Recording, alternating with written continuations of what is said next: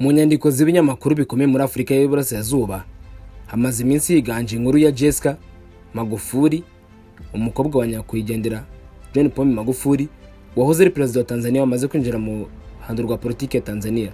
Ibyamijwe nuko yagaragaye yamariza kujya mu nteko nshinga amategeko ahagarariye ishyaka rya Chama cha Mapinduzi mu cyiciro cy'urubyiruko mu matora y'ibanze y'imbere mu ishyaka yabaye ku itariki ya mbere y'ukwezi kwa munani muri uyu mwaka, ayobowe n'umunyamabanga mukuru wa CCM John Mongela. Jessica Magufuli yegukanye amajwi 391 aza ku mwanya wa kabiri ku rutonde, inyuma gato y'umudepite cyuye igihe Uwasi Kamani wabonye amajwi 409. Ibi byabaye intambwe ikomeye kuri Jessica mu rugendo rwo kwinjira mu nteko nshinga amategeko, inzira na se yanyuzemo hafi imyaka 30 ishize. Jessica kuri icato mu ntara ya Geita yabwiye abari aho ubwo yaramaze gutorwa ati narezwe ntozwa amahame yo gukunda umurimo, ubunyangamugayo no kwigira. Ati intego yanjye no guharanira gufatanya, ariko cyane cyane kuvugira igihugu cyacu muri politike, ubukungu n'iterambere. Kwegukana amajwi menshi mu matora y'urubyiruko rwa CCM biramushyira mu rwego rw'abayobozi bato batanga icyizere bazafasha kuyobora igihugu binyuze mu nteko. Nubwo ataraturwa ku mugaragaro, urutonde rwa nyuma ruzemezwa n'inzego nkuru za CCM, gusa imbaraga yerekanye zigaragaza icyizere cye mu murage w'umuryango we mu bya politike. Jessica Magufuli yatunguye benshi kubera ko atarasanzwe agaragara cyane, ariko bamwe bamusamiye hejuru kubera ko bamubonamo indangagaciro za se Magufuli wapfuye amarabira mu 2021. Magufuli yapfuye amaze kwamamara nka perezida ukunda abaturage n'igihugu cye, wanga akarengane kandi wicisha bugufi. Ariko se Jessica Magufuli ni muntu ki?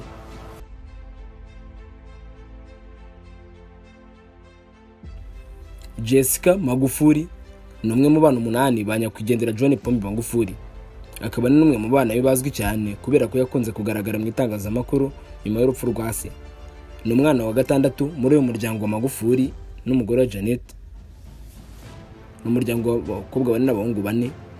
Umukobwa umwe yapfuye mu 2014 yishwe na malaria, kimwe n'abana benshi mu Magufuli.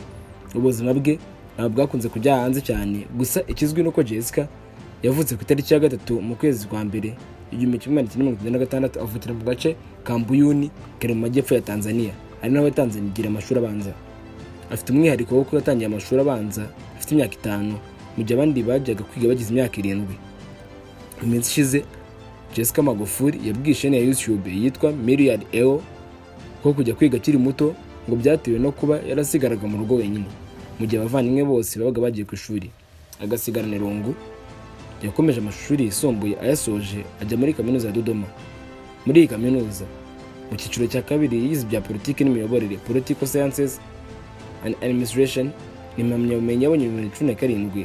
Aho kandi nawe yakomereje masters nabwo mu bijyanye na politiki, ayihabwa mu 2019.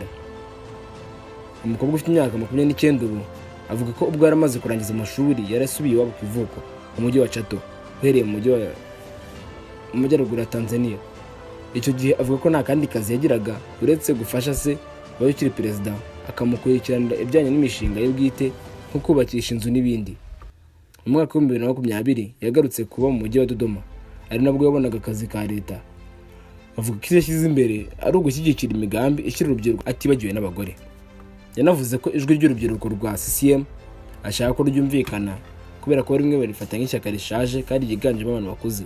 Rimwe na rimwe ibyemezo bifatwamo nibireba urubyiruko rungana 70% by'abaturage bose.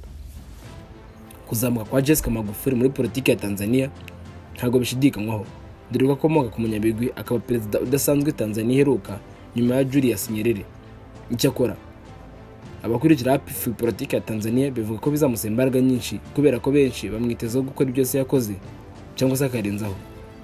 None ibyo bamusaba gukora se yakoze ni biki? Birasaba ko dusubira inyuma mu mateka ya se John Pombe Magufuli wayoboye Tanzania kuva mu 2015 kugera yitabye Imana mu 2021. John Pombe Magufuli, umuhungu wavutse ku muhinzi mworozi utifashije akaza kuba perezida wa Tanzania mu mwaka wa 2015, yapfuye afite imyaka 61.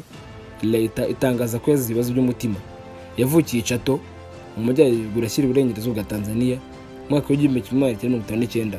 Yego ubutabire n'imibare muri kaminuza ya Dar es Salaam, yabaye umwarimu w'ubutabire n'imibare, hanyuma atorwa bwa mbere nk'umudepite mu 1995. Yabaye kandi minisitiri kuva mu mwaka wa 2000 kugera mu mwaka wa 2015 ubwo yatorwaga kuba perezida. yatsindiye manda ya kabiri mu mwaka wa 2020 yitaba Imana atayirangije, asimburwa na Samia Suluhu Hassan wari visi perezida. Mbere y'uko perezida Magufuli yahembwe izina rya tingatinga ya mashini nini ikora imihanda, yaryiswe kubera kuyobora gahunda zo kuyobora imihanda ubwo yari minisitiri w'ibikorwa remezo, ndetse nyuma aza gushimagizwa kubera ko yitwaye ku kibazo cya ruswa n'uburyo yangaga bikomeye isesagurwa ry'amafaranga ya leta. Nka perezida yanashinzwe kwibasira abatavuga rumwe n'ubutegetsi no kugabanya ubwisanzure bumwe na bumwe. Magufuli kandi azwi nk'umuntu wapfuye atemera namba icyorezo cya coronavirus. Ubwo COVID-19 yageraga muri Tanzania, perezida Magufuli ntago yemeye ibyo gutuma abantu baguma mu rugo, ashaka ko bajya mu nsengero, kiliziya no mu misigiti gusenga. Uyu mugabo ari umukristo gatolika ukunda gusenga, yigeze kuvugira kwa leta muri kiliziya yo mu murwa mukuru wa Dodoma ati coronavirus iyi ni shitani, ntabwo ishobora kurokoka mu mubiri wa Kristo, izahita ishya ku kanya. Kuva mu kwezi kwa gatandatu 2020 ubwo yatangazaga ko iki gihugu kitakirangwamo COVID-19, uyu perezida ari kumwe n'abandi bategetsi bo hejuru muri leta baninyeza akamaro k'udupfukamunwa, bibaze niba gupima urugando hari icyo bimaze, ndetse bakwena ibindi bihugu byari byarashyizeho ingamba zo guhangana n'iyi virusi. Mu gihe ahandi abaturage bapimirwa icyorezo buri munsi, Tanzania Magufuli iyo ntiyabikozwaga kubera ko ari gupima guke kandi nta gahunda zashyizweho zijyanye n'igikorwa cyo gukingira coronavirus. Ibi byatumye iki gihugu gisigara kimeze nk'ikikorera ibyayo cyonyine. Mu bijyanye n'iterambere, Magufuli ntabwo ari agapfu k'imvugano, dore ko nabyo yarejeje abaturage ubwo yarijyaga ku butegetsi 2015. Ibikorwa bye byari bishyize imbere gutanga umusaruro, byari nagaragajwe nk'ibishobora gukora nko mu bindi bihugu bya Afurika. Ku munsi we wa mbere na mbere ku butegetsi yatanze ubutumwa bwo kuburira mu buryo bukomeye ko atazihanganira ibyari byarabaye akamenyero ku bakozi ba leta byo gusiba akazi uko bishakiye. Icyo gihe yasuye ibiro bya Minisiteri y'Imari abazaho abatari bari ku kazi baherereye kubera ko yasanze hasibye benshi. John Paul Magufuli kandi yarakije umweyo mu by'abiswe abakozi babaringa, abahembwaga kandi batabaho, imishahara yabo igafatwa n'abandi bantu bari barubatse agatsiko ko kunyunyuza amafaranga ya leta biciye mu buriganya. Yanirukanye ku mugaragaro abategetsi yafataga nk'abamunzwe na ruswa cyangwa se badatanga umusaruro. Rimwe na rimwe ibi bikoraga kuri televiziyo ako kanya birimo biba. Magufuli mu gihe cye yarwanije ibyo yabonaga ko ari ubuzisagura, akuraho ibirori byo kwizihiza umunsi w'ubwigenge ku nshuro ya mbere mu myaka 54 ishize. Ibyo birori biba ahubwo ategeka ko umuganda wo gukora isuku mu mwaka wa mbere w'ubutegetsi bwe. Uburyo bw'imikorere ye bwatumye shimagizwe cyane, aba intandaro y'interuro cyangwa se hashtag yo kuri Twitter ya What will do Magufuli do, ugenekereje mu Kinyarwanda ni kuvuga ngo bibaye ari Magufuli yabigenza ate. Mu 2017 umwarimu wa kaminuza muri Kenya yageze asaba ko Afurika ikorerwa icyo yitwa Magufulification mu rugendo yakoreye muri kaminuza ya Dar es Salaam. Ukijije mu Kinyarwanda yasabaga ko Afurika ihindura imitegekere ikaba nk'iya Magufuli. Mu kwezi kwa mbere 2017 amaze hafi amezi 7 ku butegetsi bwe bwatangaje ko televiziyo y'igihugu itazongera gutangaza live cyangwa se ibirimo kuba ako kanya byo mu nteko nshinga amategeko igihe yateranye. Leta yatangaje ko bwari uburyo bwo kugabanya isesagurwa ry'imari, batavuga rumwe n'ubutegetsi bayibonye nk'uburyo bwo kumenya itangazamakuru kubera ko bwari bumwe mu buryo bwo kumenya leta ibazwa ibitagenda neza. Bateguye imyigaragambyo yo kwamamaza abatavuga rumwe na leta, kandi Magufuli ntabwo yigeze bihanganira, cyane cyane iyo bazanaga ibyo yise gusubiza igihugu inyuma ku nyungu z'abanyamahanga.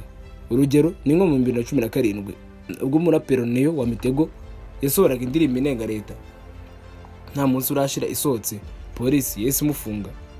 Yashinzwe gutuka perezida no kwandagaza guverinoma kubera indirimbo ye yarimo n'imirongo ihanura. Hashize umunsi umwe afunzwe, perezida Magufuli yategetse ko Neo wa Mitego arekurwa, atanga inama yo ko iyo ndirimbo yasubirwamo ikajyamo imirongo ivuga ku bindi bibazo biriho mu muryango mugari wa Tanzania. Mu 2017 Depite Tundu Lissu utavuga rumwe n'ubutegetsi waje no guhatana na Magufuli nyuma y'imyaka 3 yararashwe arakomereka bikomeye cyane ari hanze yo mu rugo.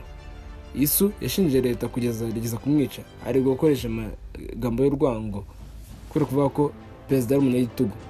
Leta yahakanye ivuga ko nta ruhare na rumwe yigeze igira muri iryo ruswa. Ubutegetsi bwa Magufuli bwibukirwa kandi kugushyiraho imvange y'amategeko akaze kandi adasanzwe, ushyira amategeko mashya agamije kongera amafaranga leta yinjiza avuye mu masosiyete mpuzamahanga y'ubucuruzi bw'amabuye y'agaciro.